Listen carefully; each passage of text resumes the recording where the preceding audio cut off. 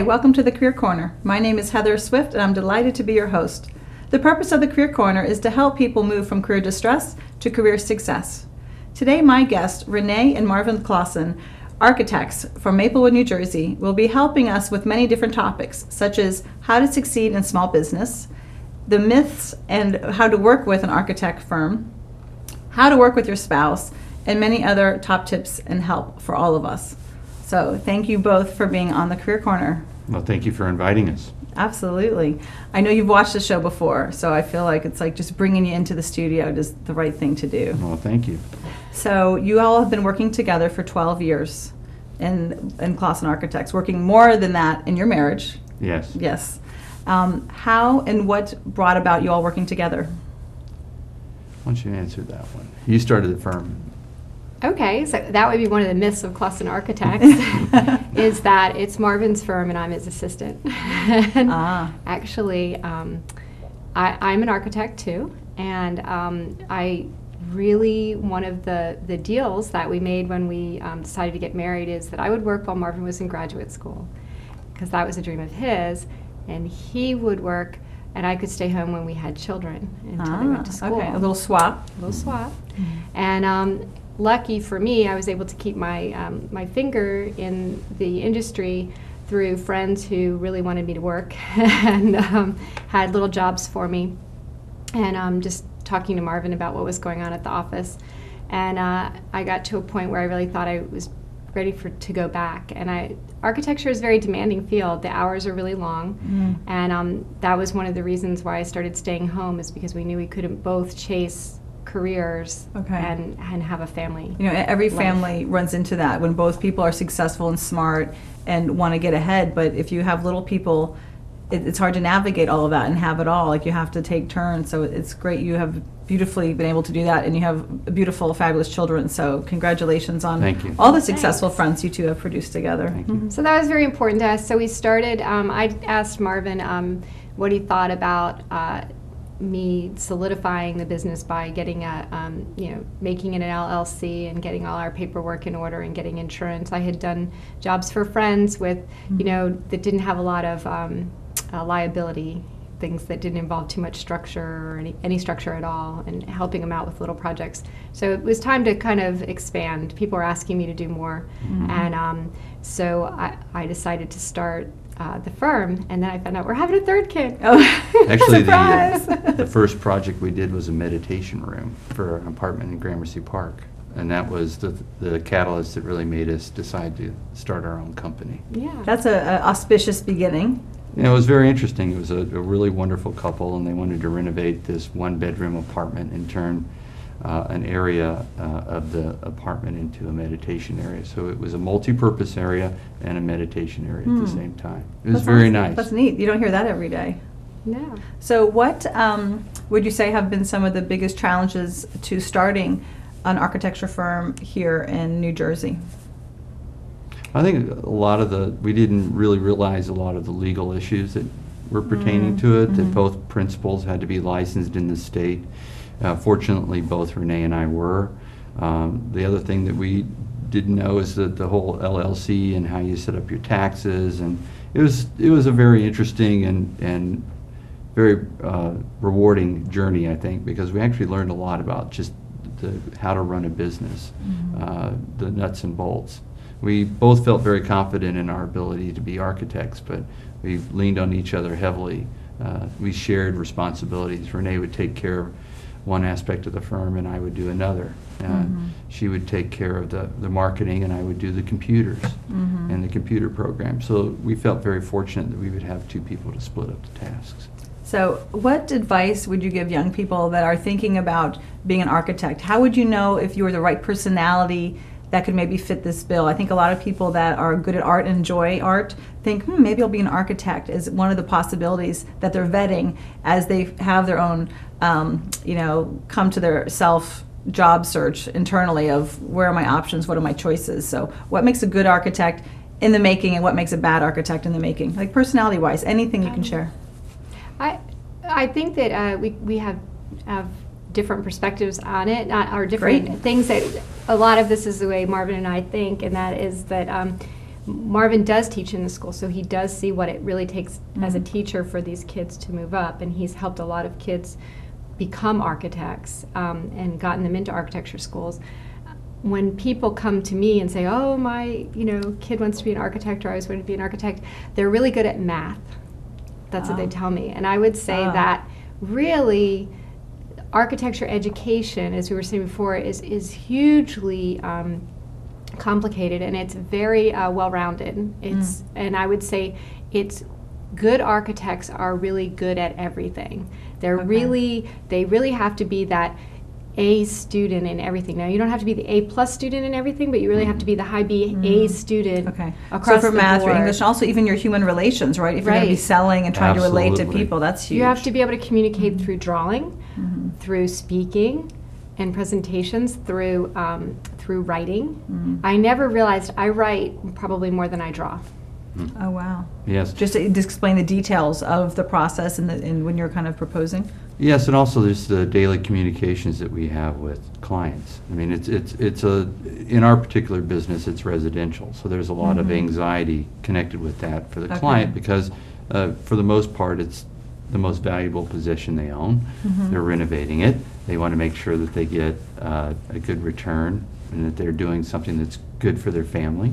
Yeah. Their family might be displaced for a while. Yes, and even during the construction process, it can become very unnerving, because there's a lot of change, and people are forced into change. The one thing that I would say is what we really I think art is very important for someone that wants to go into architecture. Understanding how to see the world and represent it to your clients is very important. It's a fundamental part of our business to communicate ideas through drawings and through renderings. So having an artistic idea of how to represent the world or a concept is very important. Also flexibility, because you have to get into some reshifting of the way you solve the problem.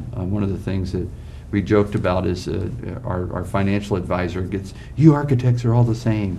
You always switch, and it's like, well, that's the reason we switch is because the problem changes. So one problem, and then it changes to another problem. Or you fix that one, and then there's one more right that's behind right. it, right? So you have to be Houses, flexible. I think the other thing that's really interesting that is the architectural professional exam is the highest, has the highest failure rate.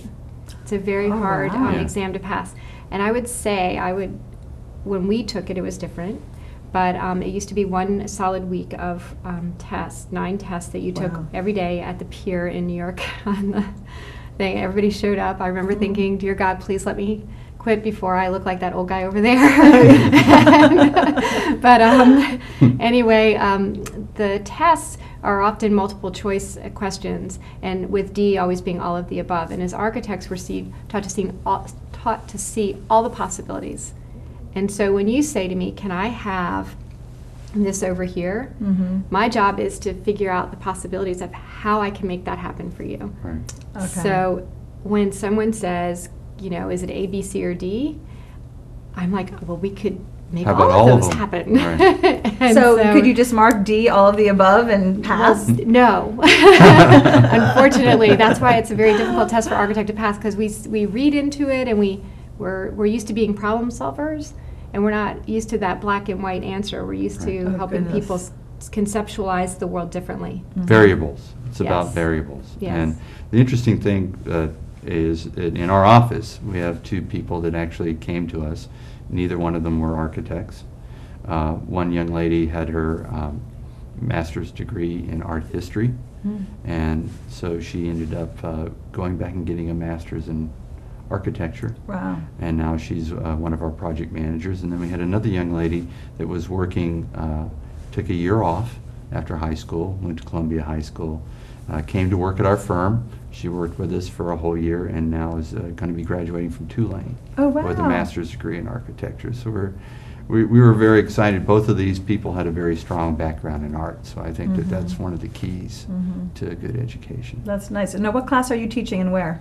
I'm teaching 2 classes, one at FIT, which is architectural detailing to interior designers, and I teach them the fundamentals of how to detail stairs, which are have code-related issues to them, desks, in a medical office, which has code related because it for privacy So for the many patients. details. Yes. We just want it to look pretty, and you all have to get caught up in all the everything, right? That's right. Yeah.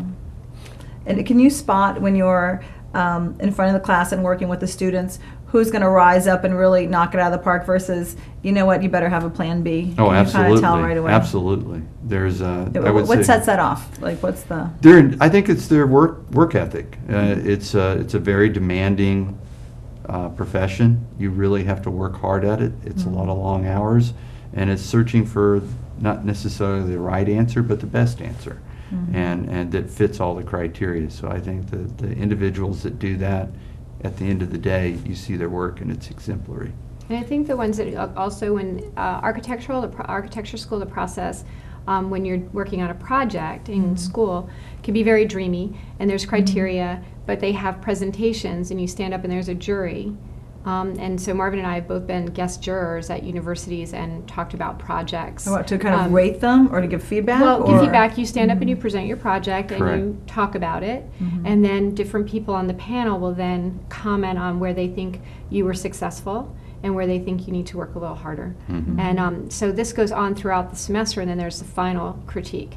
And so during those critiques, whether it's a desk critique with your professor or a mid way or a quarter review of your project, I think it's what I saw in school is how the students respond to the criticism. Right. The ones that dig their heels in and aren't open, because your clients don't accept everything you give them the first time either. Wouldn't that be nice if they did? A lot of times they come back around to it, but Isn't that we have to interesting? explore. But they have to vet. And some people, they want to know all 3 options or 5 Right. or 10 options, and then Right. they're like, okay, well, you're right. We'll come back to yours. Right. Yeah. I think most of those people are probably Eagle Scouts. They probably are. That's what Patrick gets. He's vet every single possible opportunity before. So now I've seen your website, and you guys have done some amazing, fabulous work. So Thank you. what is your website again? We're going to be posting it like right here on the screen. It's ClawsonArchitects.com. Okay. So everyone should check it out for a treat to see the magic behind this fabulous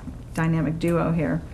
When we're going to be taking a break in a few moments, but when we come back, I would love for us to talk about, or for me to ask and you all to talk about, Okay. some top tips for working with architects. Okay. Because I think everyone thinks, well, maybe I want to redo my kitchen. I have a very old home. It's time to renovate, put a new face on it. What are some things they should be thinking about before they actually pick up that phone? And how to vet your architect to make sure it's a good fit, because I'm assuming personality is part of it, background, getting samples, references, anything that would be helpful for our viewers, because it's a big thing before you launch into that relationship, right? Absolutely. Yeah, so we'll be hitting up on that. And I also would love to hear some tips about how you all have managed to have a successful partnership in your architectural firm. Okay. Especially being that you're married and you share little people. That's like a trifecta. I know it is. That's a very big thing. So when we come back, we'll be talking about those. Okay. Great. Okay. Okay. Thank you for joining us on the Career Corner. When we come back with René and Marvin Clawson, we'll be talking about all of those fabulous things in a few seconds.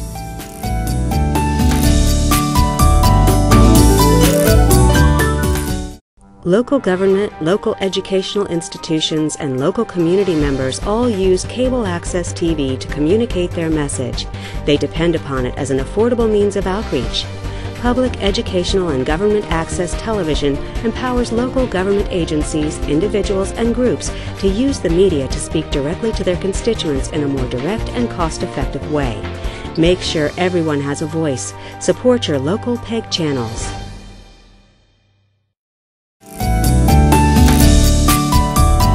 Hi, welcome back to the Career Corner. I'm here with René and Marvin Clawson from Clawson Architects. So let's talk about how does one begin a relationship with an architect. Can you please give me some top tips, do's and don'ts, anything like that? I'm going to let you answer that because you do a lot of the marketing. Okay. Well, this is one of the things I do a lot of at the office is talking to people when they call on the phone, and a lot of them are don't really know where to start. And a lot of times the first question I ask them is if they did visit our website, because I've spent a lot of time writing about... You're like, actually, you should say, please visit my website and then call me right back, okay? Because I spent lifetimes creating this fabulous resource for you, so use it. Right. And I'm sure Marvin gives you extra special Mother's Day presents and Christmas presents. Oh, absolutely, Hanukkah presents all the for of us, time. because that's, Yes. we're taking that first call, because that's got to be a lot of work. It's you know what, people, it's an exciting time for them. They're making the decision. It's a really, for most people, it's a luxury. Oh, yeah, It's big not time. not necessarily a necessity. While we do work with people who are trying to make their houses adaptable for a senior member of the family or someone who's not in good health, or the future because they want to stay in their house, a lot of our projects are to make the houses more livable. A lot of the houses in this area in New Jersey are built in around the 20s, and they don't really have what people want for today. And so the questions that people ask are pretty typical, and we've written a lot of information, like the AIA has a great guide for how to hire an architect. There's Yes. a book, How to Work with an Architect, and I have Yes. all of these on my website. And it's actually called How to Work with an Architect. Oh my gosh, that's a brilliant way to name that. So can you share just a few things that you think is really important for basics for people to make sure I think it's cover? really important with today's technology to have a budget. Yes. And because whenever, when you call and say, well, we want to do this and this, can we do that? That it's really about... You're like, oh yeah, baby, you Yeah. got a couple million, we can do anything. right. You can, with today's technology, we can do anything. And so I think it's really, you really need to look at your house Yes. and how much some people are going to do things because they want a return on the investment. Some people right. don't care. It's about their house and they want to make it the way they've made it, the way that works for them. Yeah. And so it's all good, and it's good to help everybody, and we enjoy it. I think a lot of it too is that when you come, there's a lot of enthusiasm, right? You're like, this is great. We're going to make this into the dream house that we wanted. Living the dream. And we really encourage that enthusiasm because it's like when you get a rare opportunity to shape your environment. So you should enjoy it. So we try to really encourage our clients to enjoy the process, enjoy the discovery, enjoy how you're beginning to reconnect with certain things in your life, how you do your daily chores. All those inform the design because it's really important that it's almost like going to the tailor. You go and you get your suit tailored and it fits well, and then it makes you feel good. You walk around, you go, I look good and I feel good. And that's what we want with the house, that Absolutely. tailored fit. So it's I think bringing the clients, if they could just bring to the table their wish lists and then keep that enthusiasm, I think all through the project they'll be really pleased on the other side. It's something that we offer when most people call is that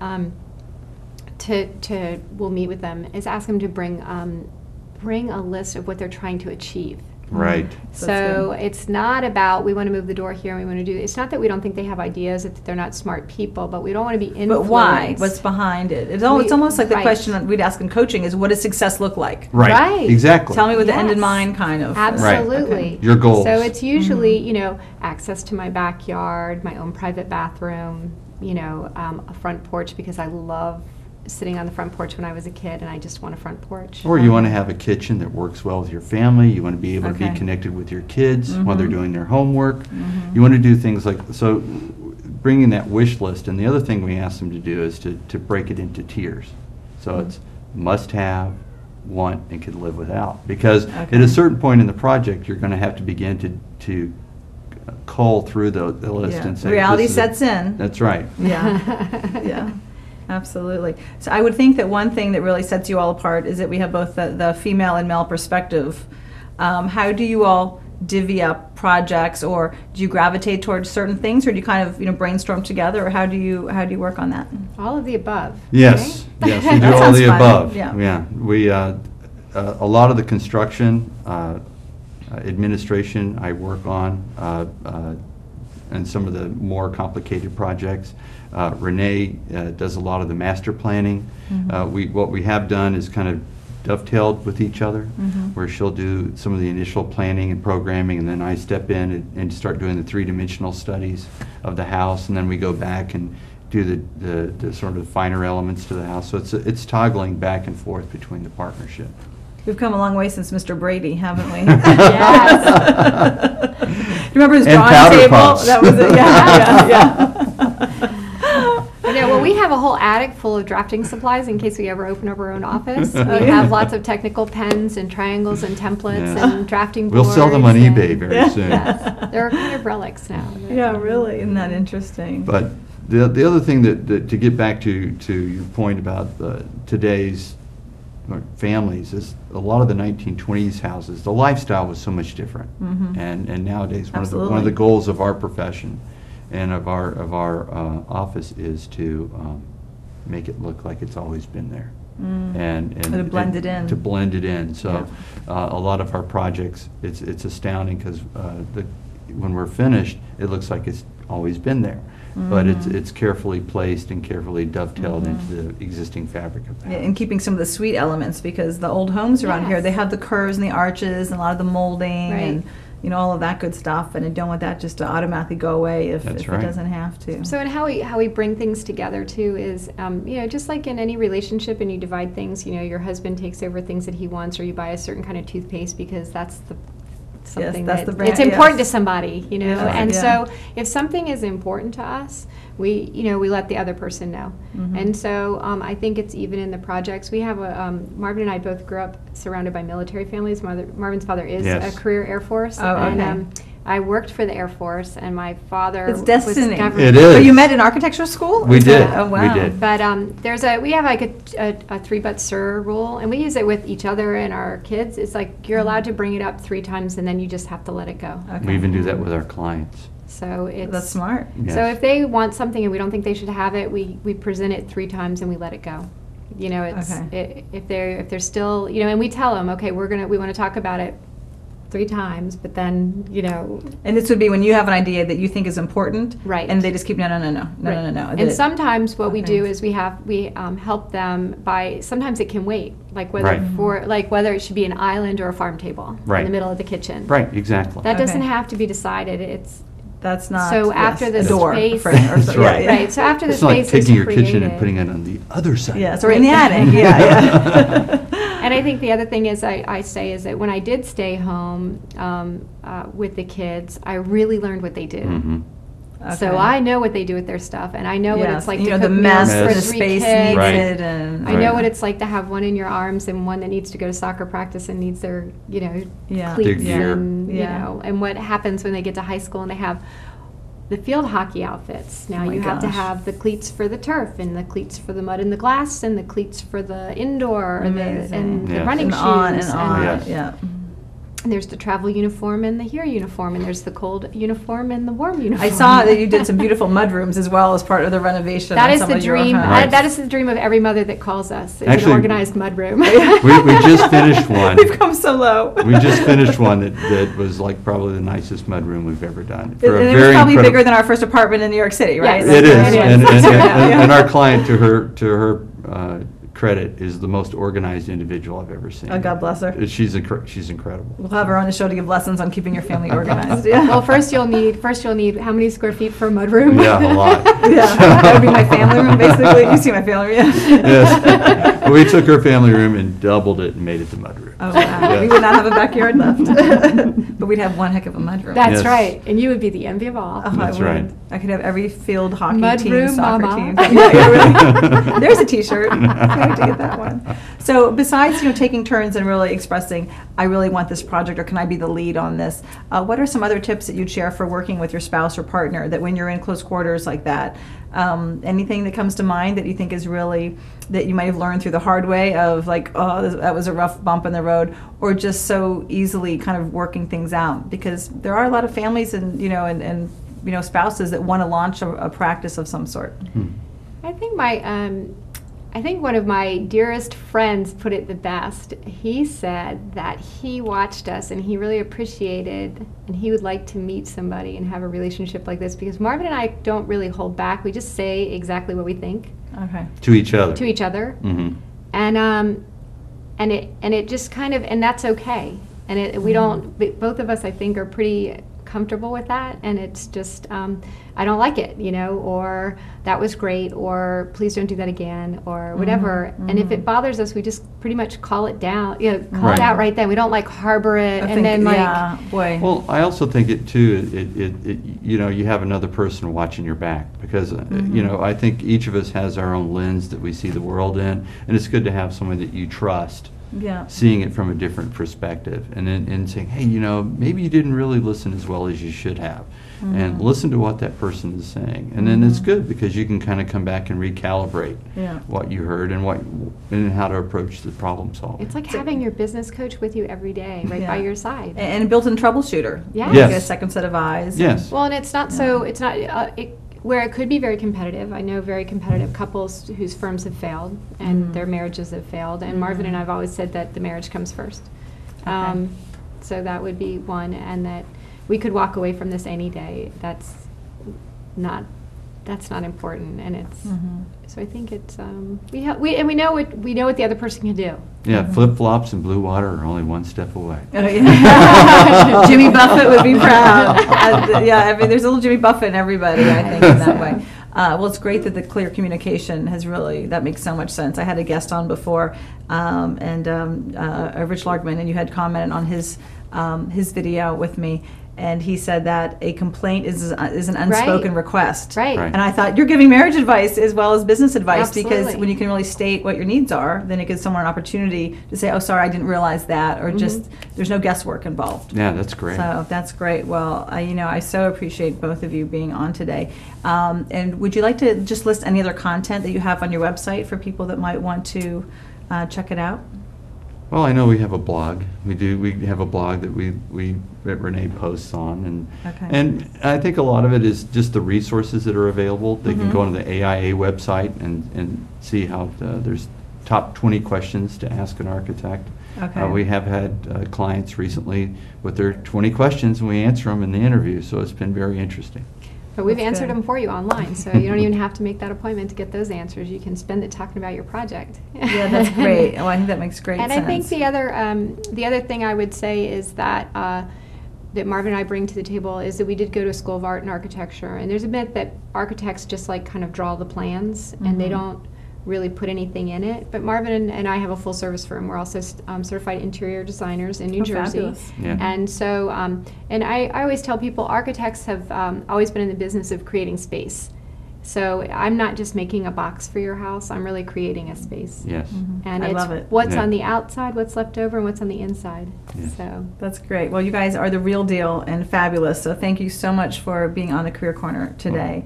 And Clawson Architects, right? Yes. .com. Thank you Right very here. much. Da-da-da. Hey, I feel like Van and White Thanks. moment. Hey, that's good. Well, thank you both so much for being on the show today. Thank you. it was great being here. Yeah, that's so glad.